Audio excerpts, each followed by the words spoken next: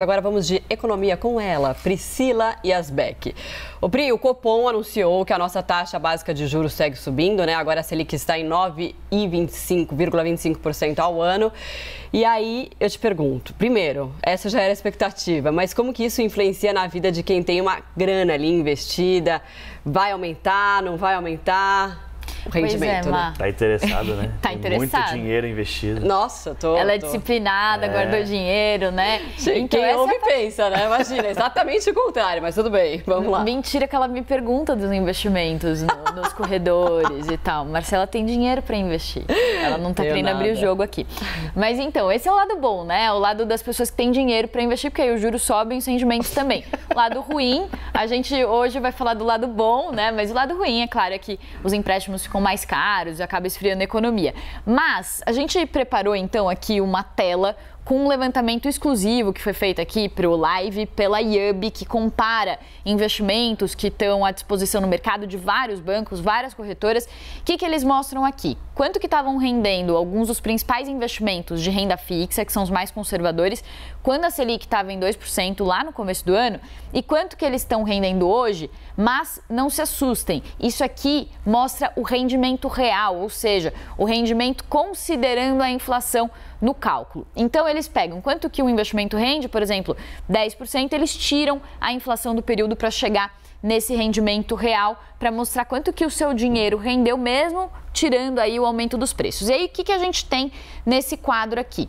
A gente tem a poupança nova, lembrando que com a Selic em 9,25, acionou aquele gatilho que faz a poupança voltar a render pela regra antiga de 0,5% ao mês mais a taxa referencial. Então a gente tem poupança, Tesouro Selic, título do Tesouro Direto, CDBs de banco grande, banco médio, banco grande paga menos que o banco médio porque tem mais risco, e a LCA, que também é um título de dívida de bancos, só que ligado ao agronegócio, tem que ter lastro no agronegócio. E aí, qual que é o resultado desse levantamento? Ele mostra que vários desses investimentos estão rendendo menos hoje do que estavam rendendo no começo do ano. Por quê? Porque a inflação subiu tanto e subiu mais que os rendimentos, e com isso o rendimento final, o rendimento real, acaba sendo até menor do que no começo do ano, quando deveria ser maior, porque essa taxa Selic, ela é usada como os investimentos de renda fixa, eles acompanham a taxa Selic, são atrelados à taxa Selic. Então, com a taxa maior era para eles renderem mais.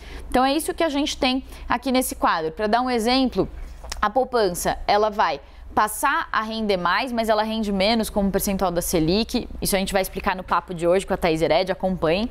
Tesouro Selic, a gente vê então, rende menos, porque a inflação come uma parte do rendimento. Aqui a gente tem o CDB de um banco grande, está rendendo um pouco mais, mas o CDB do banco médio, ele já vai render menos nesse período, e a LCA também. Então, a maior parte aqui desses rendimentos, de acordo com esse levantamento, vão render menos com essa inflação aí muito alta. Agora, expectativa para o próximo já, a próxima reunião do Copom. Importante falar, então, sobre expectativa, o que vem adiante, né? Expectativa para o próximo Copom é que o Banco Central continue sendo mais duro, ou seja, continue elevando a taxa Selic num ritmo alto. Ontem, no comunicado, o Banco Central citou riscos como a Ômicron, inverno no hemisfério norte, que pode gerar uma nova onda de restrições, cautela dos bancos centrais lá fora. Então, nas entrelinhas, o que o mercado leu é que o Banco Central está mais preocupado com a inflação do que com a atividade econômica. Isso supõe que o Banco Central vai fazer novas altas. O Banco Central deixou expressamente na nota escrito que ele deve promover uma alta da mesma magnitude para a próxima reunião de fevereiro,